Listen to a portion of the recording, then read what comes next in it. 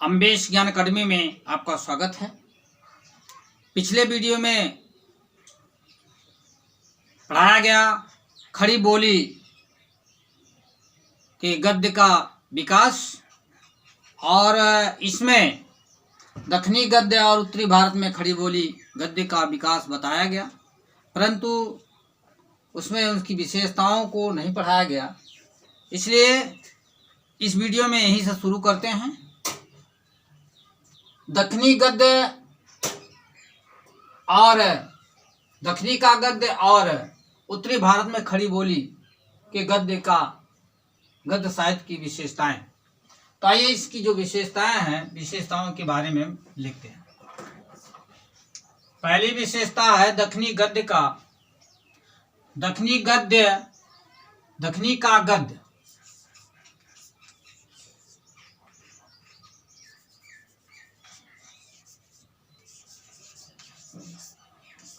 दक्षिणी का गद्य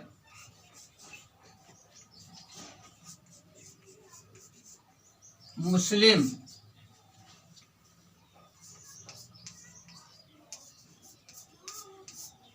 राज्यों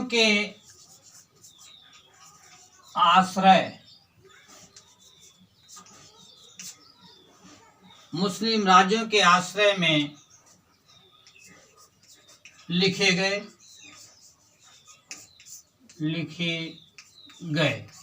और जो दूसरी विशेषता है वो रचनाओं में सूफी धर्म के उपदेश मिलते हैं। रचनाओं में सूफी धर्म के उपदेश मिलते हैं। और तीसरी जो विशेषता है इसकी उत्तरी भारत में खड़ी बोली के गद्य में, उत्तरी भारत के खड़ी बोली के गद्य में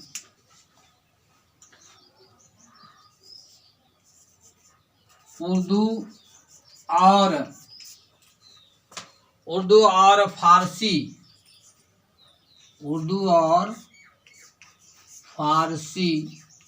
के शब्दों का प्रयोग हुआ।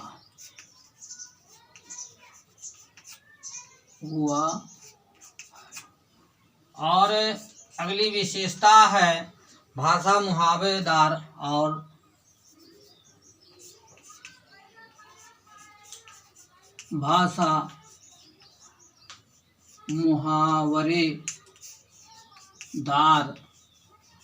और चुटीली है।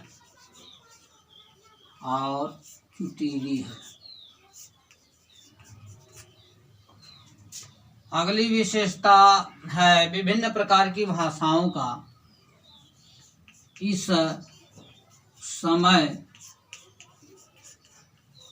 विभिन्न प्रकार की भाषाओं का प्रयोग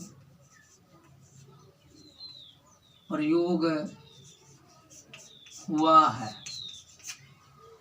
और इसके बाद एक और विशेषता हम लिखते हैं, केवल कुछ ही लेखक केवल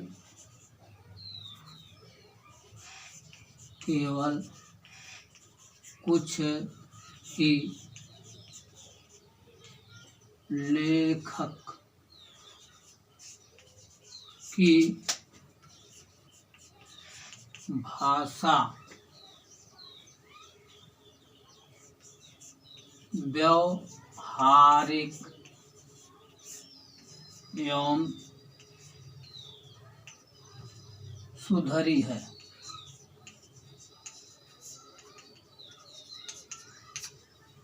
तो इस तरह से दक्षिणी गद्य दक्षिणी का गद्य और उत्तरी भारत के खड़ी बोली के गद्य साहित्य की जो विशेषताएं हैं, वो दक्षिणी का गद्य मुस्लिम राजाओं के आश्रय में लिखे गए हैं। दूसरा है, रचनाओं में सूफी धर्म के उपदेश मिलते हैं। तीसरा, उत्तरी भारत के खड़ी बोली के गद्य में उर्दू और फारसी के शब्दों का प्रयोग हुआ है। चौथा, भाषा मुहावरेदार और चुटीली है। और पांचवा, इस समय विभिन्न प्रकार की भाषाओं का प्रयोग हुआ है। और छठवां, केवल कुछ ही लेखक की भाषा व्यवहारिक है और सुधरी है। इस तरह से इसकी विशेषताएं भी। इसके बाद हम पढ़ाएंगे इसमें जो का खा पढ़ाया गया और गाखंड पढ़ाएंगे। देखिए, गाखंड में ईसाई मिशन और हिंदी गद्य। ईसाई मिशन और हिंदी गद्य, इस समय कोई विशेष रचना नहीं हुआ और ना ही कोई लेखक हैं, परंतु इस समय कुछ काम ऐसा हुआ कि जो ईसाई की धर्म ग्रंथ है ईसाइयों का, वो है बाइबिल, और बाइबिल का अनुवाद हिंदी में किया गया। बाइबिल का अनुवाद कई खंडों में किया गया और उससे संबंधित पंपलेट और हैंडबिल्स भी बांटे गए हिंदी में अनुवाद करके, अर्थात इस काल में भी हिंदी का कुछ कार्य हुआ। तो आइए इसको मैं लिखना चाहता हूँ, बताना चाहता हूँ। इसमें जो कार्य हुआ है वह है बाइबिल।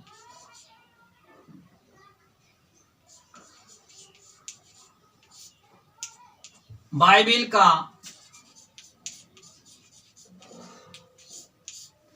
खड़ी बोली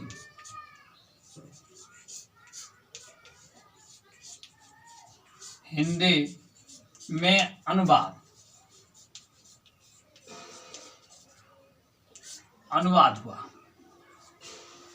और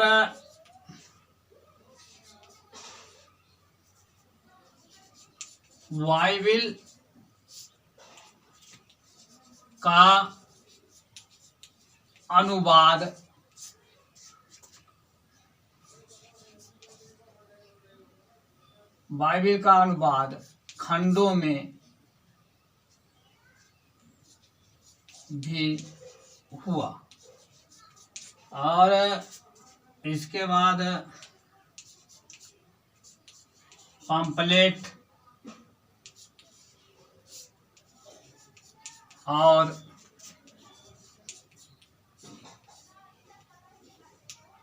हैंडबिल का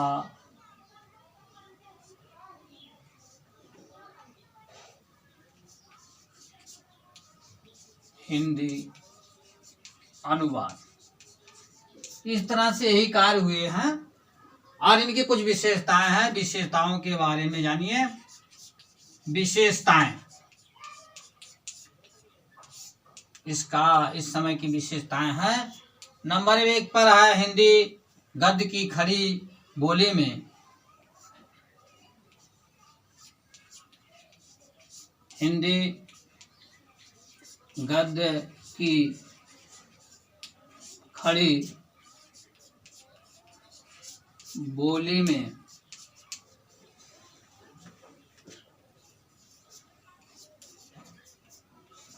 ईसाई मिशन का योगदान। और दूसरे नंबर पर है, ईसाई मिश्र भाषा में ईसाई मिशनरी भाषा में एक रूपता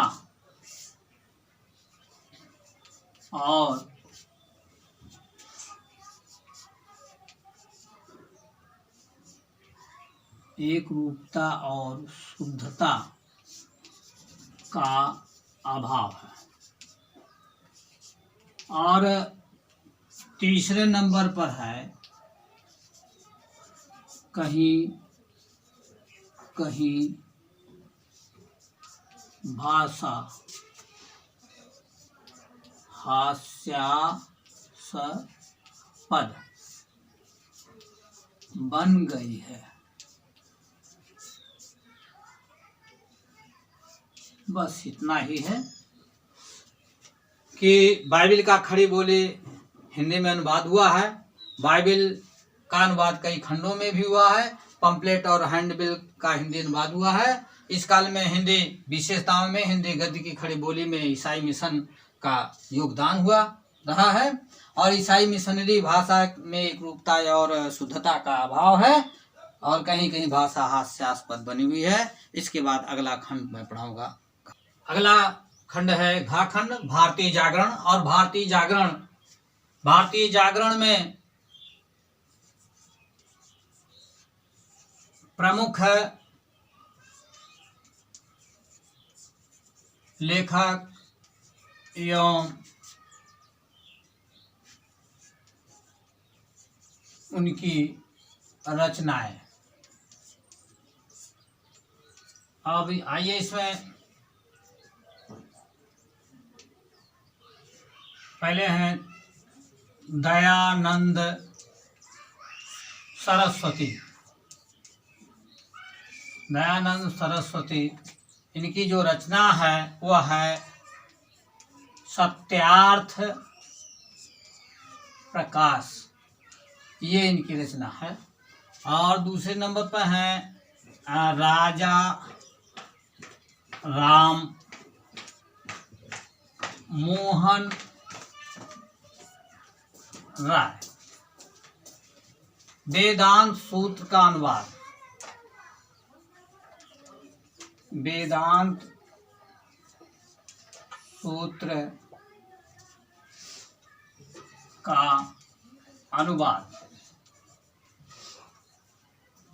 वेदांत सूत्र का अनुवाद। और तीसरे पर हैं युगल किशोर शुक्ल। युगल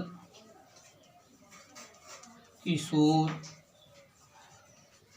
शुक्ल, इनकी रचना है उदंत मार्तंड। ये है इनकी। इस काल में ज़्यादा किताबें नहीं लिखी गई हैं। और इनकी विशेषताओं के बारे में आइए देखते हैं।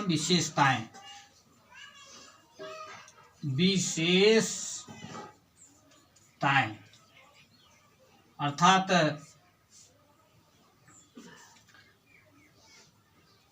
भारतीय जागरण काल की जो विशेषता है वह धार्मिक और सामाजिक चेतना का प्रभाव।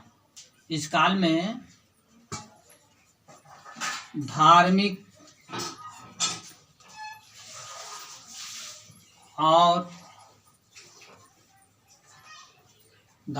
और सामाजिक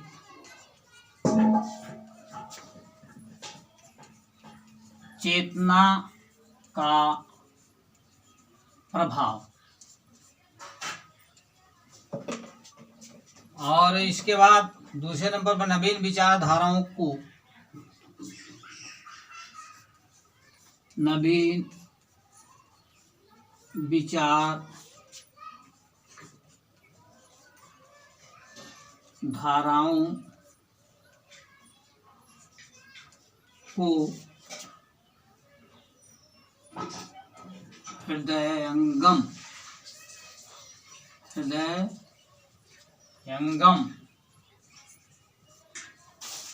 करने की चेतना। और तीसरे नंबर पर है राजनीतिक ऐतिहासिक राजनैतिक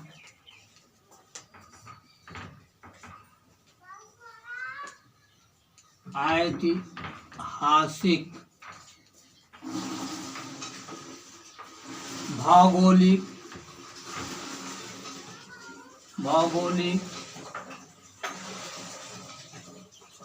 एवं व्यापारिक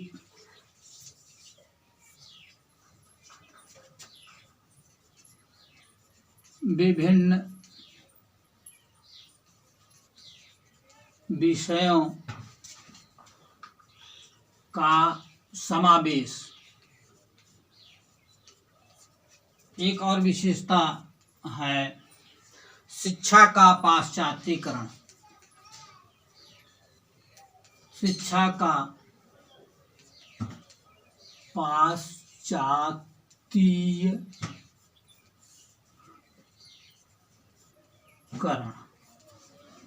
बस ये रहा भारतीय जागरण का, और इसमें प्रमुख लेखक एवं उनकी रचनाएं दयानंद सरस्वती, सत्यार्थ प्रकाश, राजा राम मोहन राय वेदांत सूत्र का अनुवाद, युगल किशोर शुक्ल, उदंत मार्तंड। और विशेषताएं हैं धार्मिक और सामाजिक चेतना का प्रभाव। दूसरी विशेषता है नवीन विचारधाराओं को हृदयंगम करने की चेतना। और तीसरी विशेषता है राजनीतिक, ऐतिहासिक, भौगोलिक एवं व्यापारिक विभिन्न विषयों का समावेश। और चौथी विशेषता है शिक्षा का पाश्चात्यकरण। कैसा लगा आपको वीडियो? यदि आपके लिए लाभदायक सिद्ध होता है तो निश्चित रूप से आप सब्सक्राइब करेंगे, लाइक करेंगे और शेयर करेंगे। धन्यवाद।